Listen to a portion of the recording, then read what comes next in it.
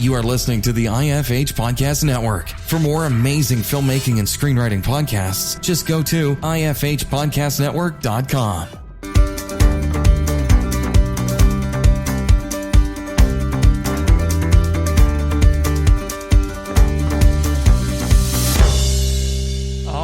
Welcome to the Successful Screenwriter Podcast, where we discuss anything and everything screenwriting. Here we interview successful screenwriters and filmmakers to find out just what it takes to make it in the industry. All right, welcome to the podcast. We've got an amazing guest today. #1 New York Times bestseller, comic book writer, and screenwriter, Gregg Hurwitz. Thanks for being on with us. I appreciate you having me on. I got to tell you, it's such a pleasure to get someone like yourself that has written cross-platform, you could say, from books to comic books to awesome films that you've written, and to really be able to just pick your brain a little bit and maybe just talk about character development, story, and just kind of get your take on it. Be happy to. So let's just chat a little bit about character arcs and how you go about developing a character, how you go about coming up with the arcs and maybe working in, supporting characters or subplots. It's really interesting. I had a TV showrunner once who used to work from kind of a theme down, right? Like from a higher concept down. And I tend to write from the ground up. I think in scenes, I think in snatches of dialogue, I think in character tics. And so it's this really weird process. And I'm not claiming that one is correct or the other isn't, but I tend to have specifics within scenes and interactions.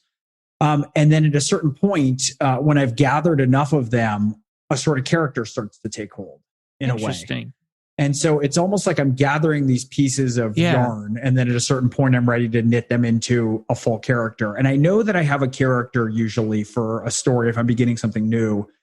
When I have a specific character who collides with some form, for me, it's usually an ethical dilemma that character would engage with or interact with in a way that is unique to them. Yeah. It is not a way that that the average person would react in that circumstance. So it's like you kind of start from the outside in, really, and you start piecing it together, and then you kind of let this character come to life over time. Does that sound about right? Yeah. It's funny. My third novel, I was dealing with a character who is a pretty dysfunctional, mentally unstable character.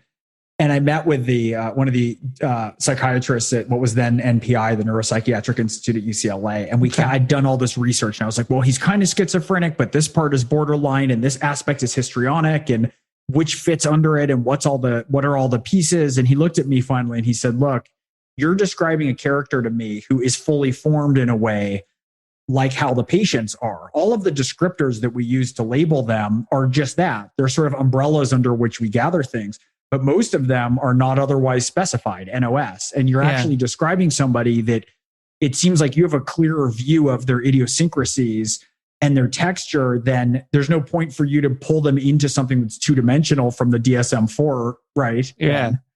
And so it was very interesting. It was an interesting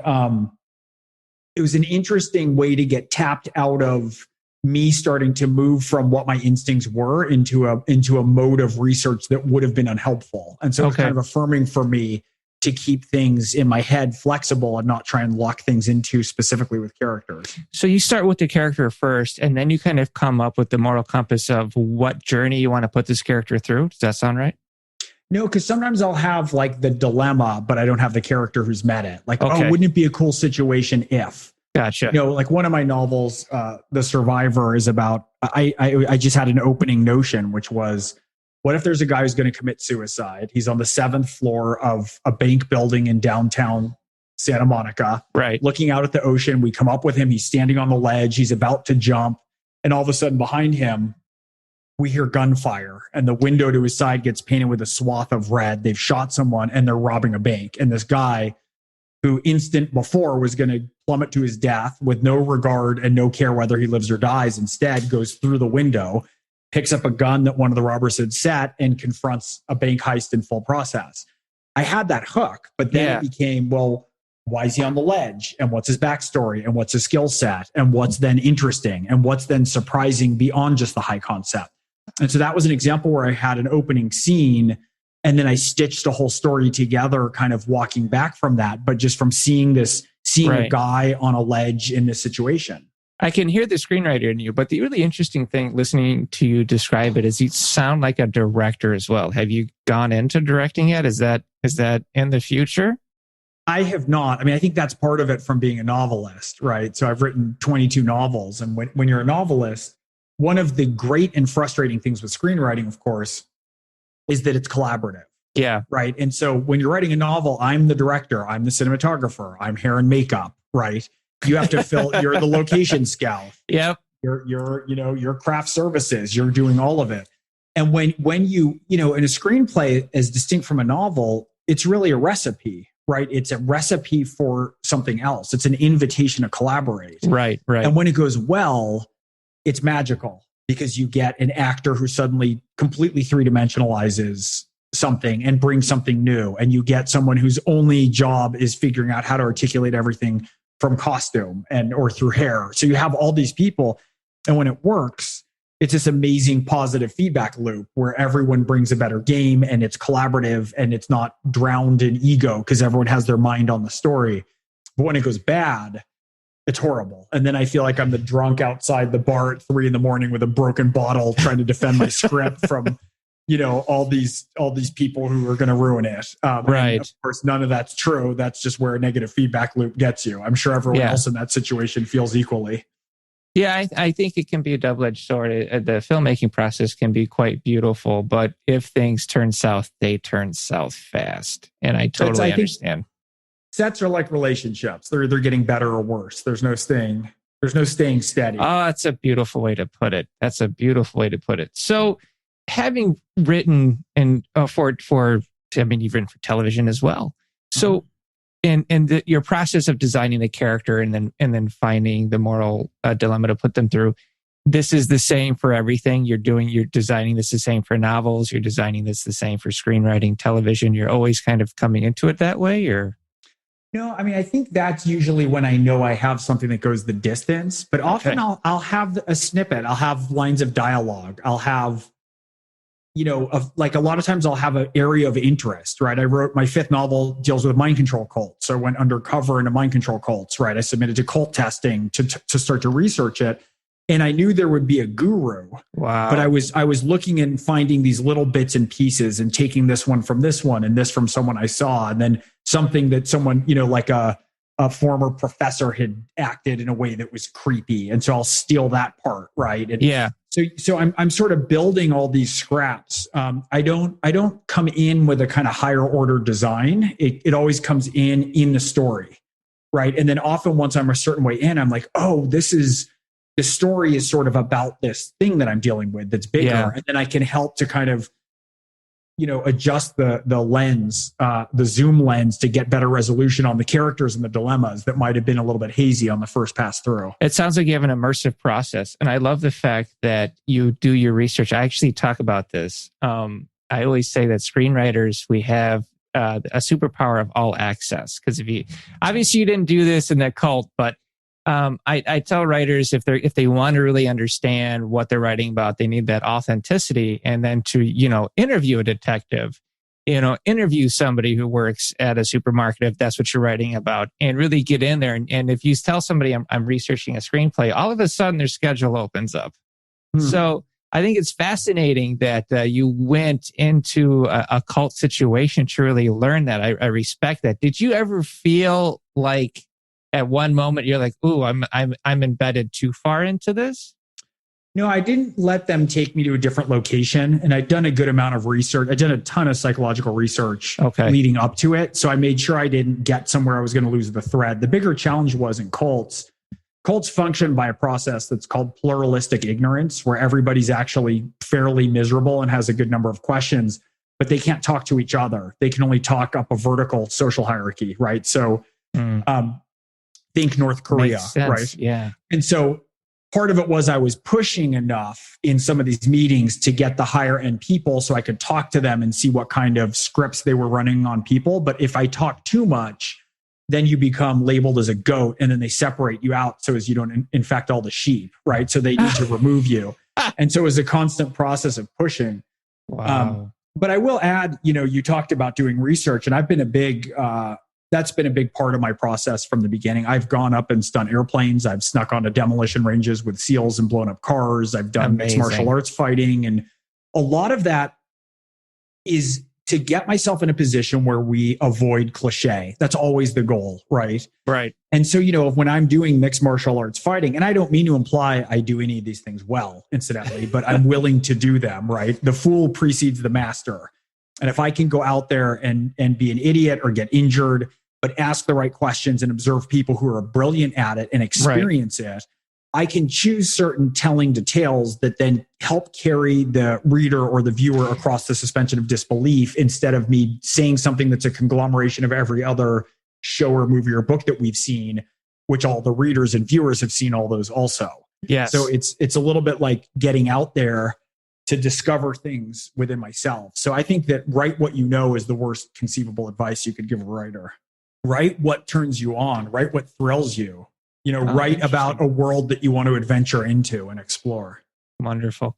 I found when I was doing research that a lot of the time the professionals that I'd be working with or interviewing can inform the character for me. I would pick up, like you had mentioned, like special tics or even language.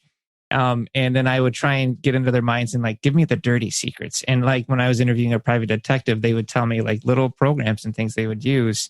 And I think that really helps to add that level of authenticity to a story.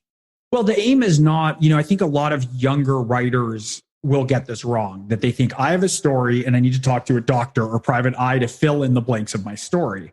Okay. That's not why you're talking to them. I think why you talk to them, ideally you do all the research first. And what you're going when you interact with somebody is when you're writing a character, you want to pull on the mask that is the character and see the world through their eye holes. You want to know how they see the world, what they track, how their brain works, how they break things down. Like you said, tics, turns of phrases, right? Approaches to things. Yeah. Even better if it's an approach to something professionally that might have that might be applied elsewhere, Right. And so I wrote a medical thriller. I grew up in a medical family, and I wrote about my dad will constantly look if there's a waiter we would have as a certain age growing up with a certain kind of limp. My dad would say that's probably polio. Like he saw the whole world as a physician. Interesting. And so when I write a character, those are those little details of the ways that they engage with everything. And so you're going out to the field, you're going to talk to people who know more about something than you do, because as writers, we're sort of these little beating dilettantes, in hopes that we can understand the ways in which our characters engage with the world and see and think and feel. And so we're opening to opportunity rather than closing to it. Oh, no, absolutely. You want to be able to have your characters seeing through the prism of their experiences, and those experiences are informing the character and the character reacting to the story. And so awesome having on. So what do you find? We've talked a little bit about the difference between writing in novels versus writing in features, screenplay, or television work. You've worked in comic books. I mean, that's got to be a whole different type of narrative. Yeah, I mean, with books to film, there's some certain stark and obvious differences. A book is 400 pages of final product, right? A script is 110 pages with lots of white on the page, right? So with a script, I mean, they all can inform each other, but obviously, you don't want too much internal voice. You don't want too much voiceover. Everything should be visual. If you can tell it visually. I always approach everything to maximize. It's ideally things you can only do in that medium. That's what's exciting. And so that's what I think about. And like, for instance, comics, you can do something that you can only do. You can have the characters talking at the same time that you have the captions that show what they're thinking. Right. And you can't do that in anything else, because in a book, you're holding the tenor of a scene. I mean, you can sort of stitch it that way, but it's not the same thing where it hits you in the face with both at once. And I think really the only parallel to that probably is opera, like with like a Wagnerian leitmotif, right? Where, Siegmund and Siegfried in the ring cycle are singing, "Hello, how are you? I'm cold. Can I warm my hands at the hearth?" And the orchestra is playing the love melody beneath. Yeah. Right. And of course, that's picked up in John Williams and other things. But when I realized that there's this offset that could function in those ways, that like Wagner would drop in these musical cues, then I kind of press on that in comics, because it's something that that as a reader, you're engaging with that. And a comic isn't just a broken up version of a script. A screenplay isn't just a leaner novel. They're different animals. There's some sinew and tendons that are the same, but you're building a different creature and it has to function and breathe differently. That's absolutely fascinating. When you are out there writing and creating and you're finally getting the narrative nailed down, how do you work in, or what is your preferred way of working in twists so that the audience or anybody watching, enjoying your work is surprised, so that you're not writing cliche? I'll use the Book of Henry, for example, right? I actually enjoyed Book of Henry. To me, it was one of the best dramas that I had seen since The Fountain, and The Fountain moved me deeply. So spoilers. I mean, Henry dies, right? But that is a twist. I mean, I did not expect it coming. You don't see it coming. You when you look back, okay, you see the buildup, the headaches, the blurred vision, stuff like that. And of course the name of the Book of Henry, but still, it's a surprise. And then a surprise of how the mother then becomes the central character after Henry, which is really hard to pull off. How do you develop twists like this? It's funny that you asked that. For a brief time, I remember I sat down with the head of DreamWorks when I was trying to put this together.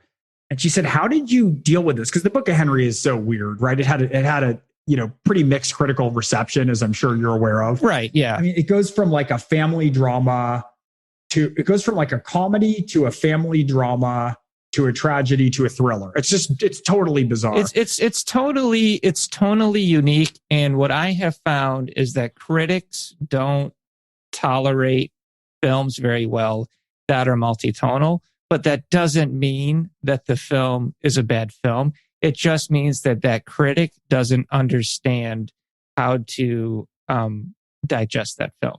But if you sit back as a writer, if you sit back as somebody that enjoys cinema, I mean, Colin Trevorrow did a great job. Yeah, it's a solid film. Yeah, yeah. And it was funny. So I was sitting down when I was putting it together, and the head of DreamWorks said, what did you do? Like because I break every rule, right? It's like, again, spoiler alert. So turn it off if people haven't seen this, but I kill a kid. I have voiceover from a character who's dead. I kill the main character in the opening. Like every rule that you could think of, I break. And I said, well, I wrote the first draft 18 years ago when I was 21 years old. And she looked at me and she said, oh, so you didn't know better. You wrote it before you knew better. And it was so smart because it was like, yeah, that's it. And so one of the aims is to avoid, it's such a trick though, because, I hate when people say, I'm not ever going to kind of, I'm not going to sell out. I don't want to do this and I don't want to be a sell. And it's like, look, people starve to death trying to sell out. It's really hard to sell out. So, I wish you all the best of luck as in your artistic purity to resist it. So I'm not coming from that position when I say that you have to hold on to the aspects of yourself that are unique and the ways that you approach things that is in your voice that might be different and might be special. At the same time, before you break those conventions, it helps if you can now master them is too strong a word in the arts because we never really master anything, but it helps enormously to be the more familiar I am with conventions, the easier I find to say, right, and here's where everybody in there and everybody will anticipate we're taking a left turn and I'm going to take a right turn. Yeah. Here's where this is going to go this way and we're going to go the other way. And it becomes almost like a cadence. And increasingly, I don't plan those. I kind of see them. Okay. I see the way that plots move and stories move. I'll slow down if I'm writing into something that is a boring set of chapters and I'll just realize I need to think about them more. Okay. And almost inevitably, I'll figure out a different way through. And part of that too has been, I spent a lot of time on my secondary characters. Right. A lot of time. I don't ever want to have like just the sort of the bullet sponge or the guy in the Steven Seagal movie who enters here when Seagal goes in the bar and he goes whoosh and the guy flies away. Right. And, look, at times you need bullet sponges. You just do in thrillers. But, I try and take that sort of Tom Stoppard, Rosencrantz and Guildenstern are dead, which is, all of Hamlet for them looks a different way than it does for everybody else. That's brilliant. And, the more that you work with talent who approach the roles in ways that are true and authentic and aren't screen grabby and ego-y and, I can't help but notice that every time you have a rewriter suggestion, you wind up with more lines. I'm not talking about that stuff, but I'm talking about when you're engaged. Like Naomi Watts in Book of Henry was just a marvel. Oh, are you kidding me? Oh my God. Work with. She was extraordinary. And seeing her sort of, the whole world exists with her in the center of that universe. And then guess what? Go do it now for Jacob Tremblay. Yeah. Right. Go do it now for Maddie Ziegler. Go do it now for, Jaden, all the cast. And so, it really calls upon to do that. And I feel a similar thing with novels. With the novels, I really want to make sure that that everyone has their say and that nobody is a straw man. This podcast is brought to you by TheSuccessfulScreenwriter.com, where you can find instructional books, videos, courses, and screenplays of Hollywood's biggest hits to download. As an added bonus, visit www.TheSuccessfulScreenwriter.com to download The Guide for Every Screenwriter for free. Yes, free. Available exclusively at TheSuccessfulScreenwriter.com. Now, back to our show. One thing I always worry about when creating a supporting character, or at least with my students, I'll see this. They'll have a central character. It'll be a pretty decent central character, right? Then they'll write this supporting character, which is awesome. This amazing supporting character, but then it makes the central character look weak because they are so good. I always wonder, what is the balance there? How do you try and figure out, I want this dynamic supporting character, but I don't want them overpowering my central character? What I find is usually trying to find personality traits that complement each other is usually the best way to get around it. What do you have any tricks? That's interesting. I hadn't thought about it that way. I mean, I think the trick whenever something is not working or is working at a disparate level, right, is to build up the weaker aspect. It's never to diminish the one that is stronger. Very good. Right. I think that's true in our own personalities also, right? It's like, if we're grappling with some of the excavation that we have to do within ourselves to write or to act or to create is, you go down and you fuss with some aspect of yourself that deals with envy or anger or those things. You don't seek to eradicate them. You want to have them there alive and give them their due, but you just need to build up the other parts of yourself that keeps them in the right relation. And I think of that a lot with characters. I think your point's really interesting about complementary traits. One thing I learned when I wrote Batman for a few years for DC Comics, and one of the things that I loved is that every character, every member of the Rogues Gallery reflects on a different aspect of Batman or Bruce Wayne. They all speak to different facets of him. I think in some ways I've internalized that. I inadvertently, or I did before that, just from reading, 10,000 books growing up. But you do want to have that where the secondary characters are illuminating something new in the main character, or they're making fun of or denigrating them. Like I think humor is massively underutilized, I agree. Especially in thrillers and in action, because we tend to want to have a very stoic lead character. And I think it's wonderful to have characters who are better at one thing than your hero is, and will kind of deride and needle and undermine, them. That's such a brilliant point, Greg. Oh my God. I love using humor in the screenplays that I write because I always use it as a palate cleanser. Because if you have a one tone type of a screenplay where it's just like a hard drama, or even we'll say horror, if you don't throw in that comedy in there, then the audience becomes desensitized to what they're watching. You throw in the comedy and then it kind of bounces them back, gives them a little refresher, and then they're back with you on the story.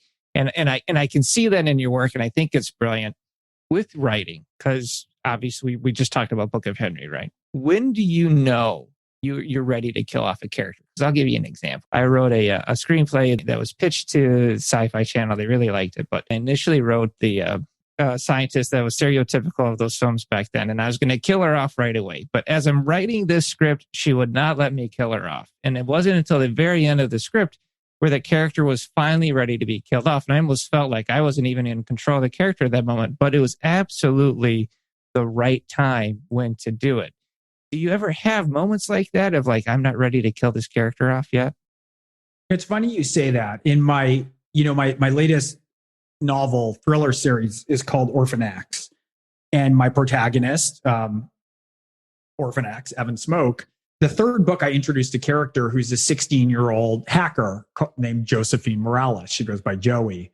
And in my head, and with the outline of that book, and again, we'll say a spoiler alert for people Spoiler alert. Who have not read the third Orphan X book, which is called Hellbent. In my head, all the way through, she was going to die at the end.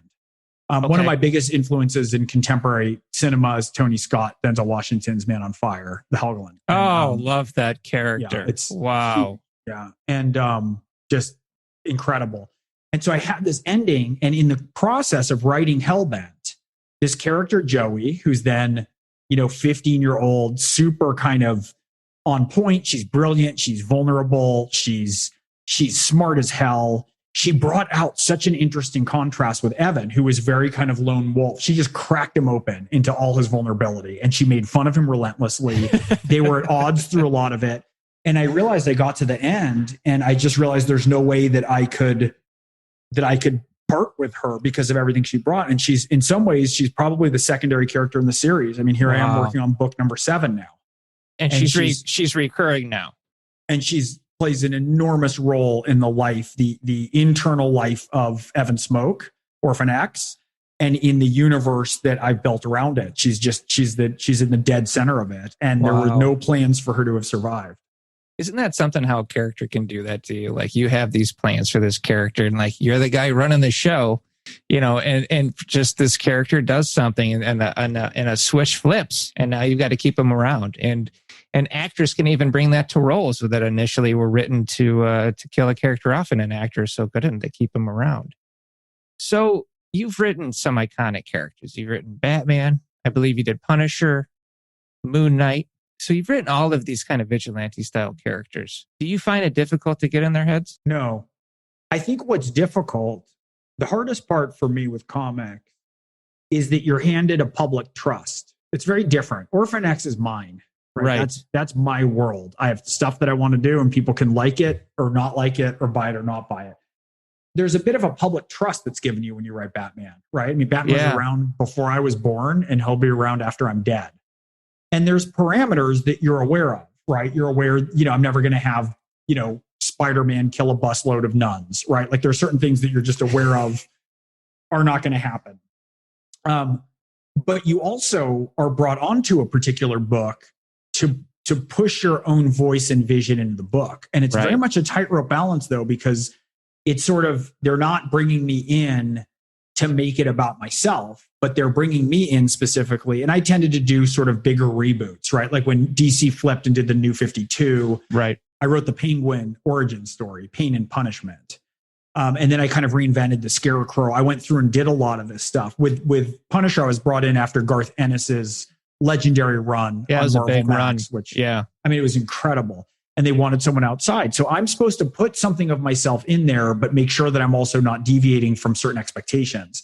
And so it's a balance that's in play there, where you have to be respectful to the tradition while you add your own embellishments to it. Right. Well, I think that's interesting, because this actually really takes us full circle right back to earlier when you were talking about as writers that are artistic and don't want to sell out, right?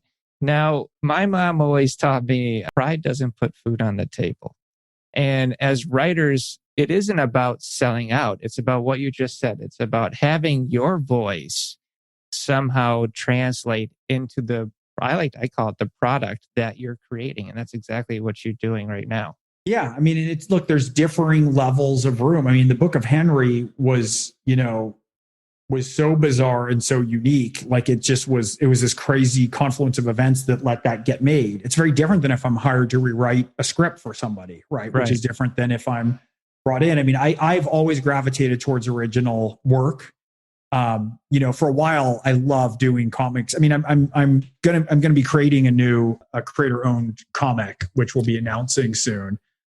Which I'm very excited about. But I feel like I kind of no sneak peeks yet, but soon. All right. But I wrote a lot of my favorite characters. I got to sneak Spider-Man into a Moon Knight. I wrote Wolverine. I wrote a Hulk that, alas, was never made for Marvel, and it's sad. It's one of the best things I think that it's one of the things I'm proudest of that I did.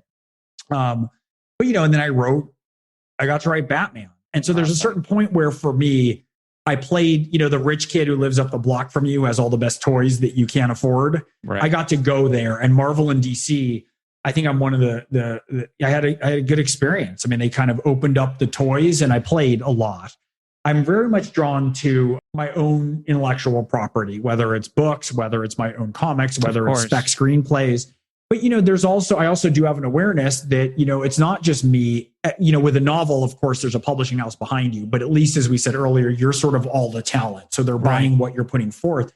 But it's a lot to go ask somebody for $40 million to go shoot your vision of a script, And so true. He is not, it's so interesting. It's like the process of navigating something through to production in a lot of ways requires this whole skill set that it's not dissimilar to the creative process in a way, but it just becomes pushed into the world of logistics. Like how do you stay open to people? How do you stay open to voices?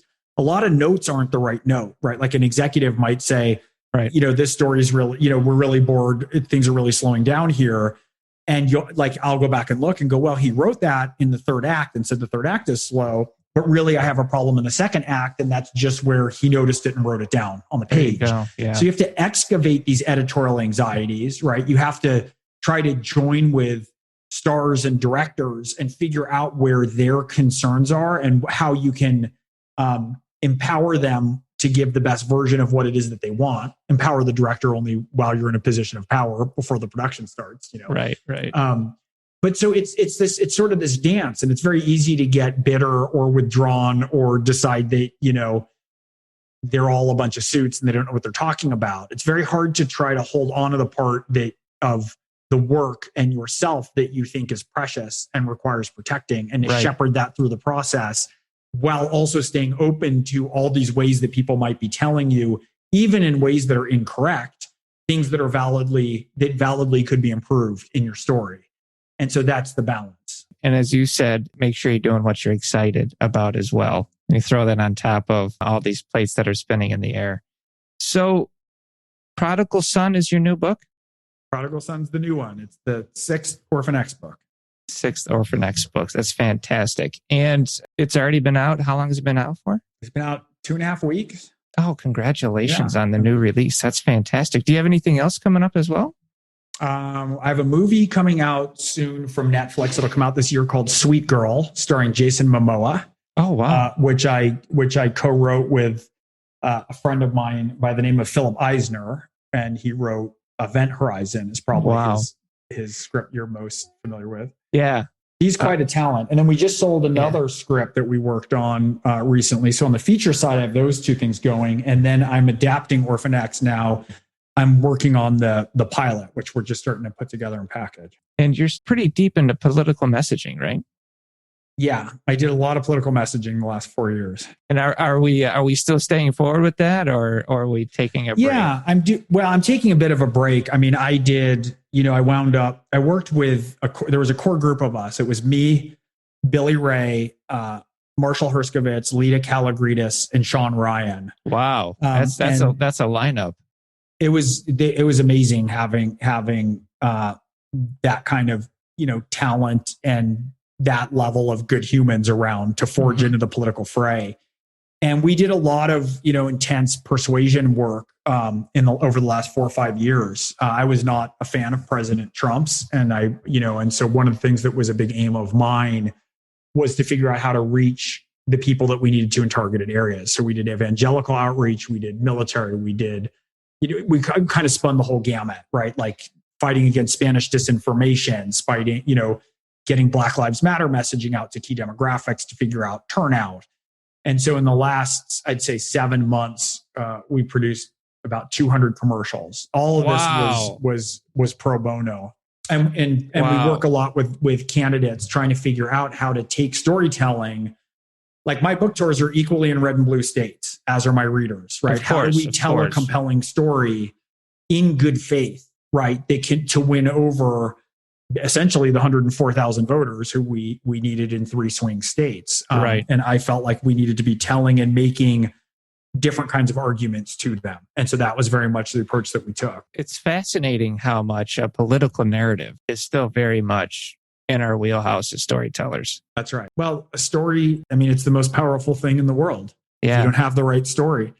And, one of the things we found that was incredible, because, like I said, we've done speech writing. We work with a lot of candidates on messaging.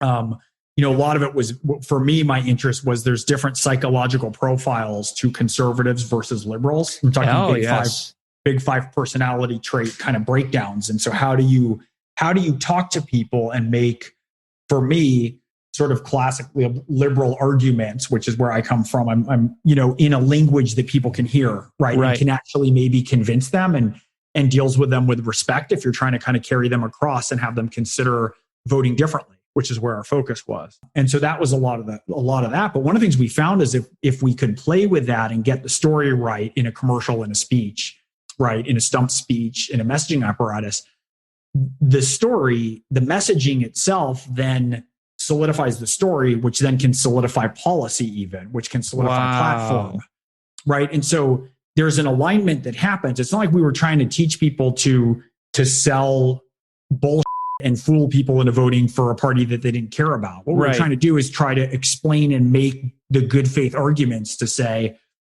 okay, you don't think healthcare is a right. For instance, you don't love universal healthcare.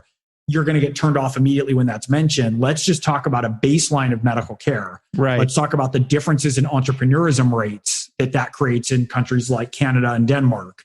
Right. Let's talk about the relative difference of the cost of an emergency room, which is our version of a backup universal healthcare. It is. Yeah. An average visit costs $1,233 before COVID. With COVID, it costs $70,000, and the cost of an average vaccination is $17. Like, let's talk in a language and tell the kind of story that goes through your value structure, right? And so that's something I think that we play with. It's skills that we'd hone, certainly. I mean, the four pieces of talent who I mentioned, right? Everyone has written stuff that appeals. We want characters from different walks of life. Oh, absolutely.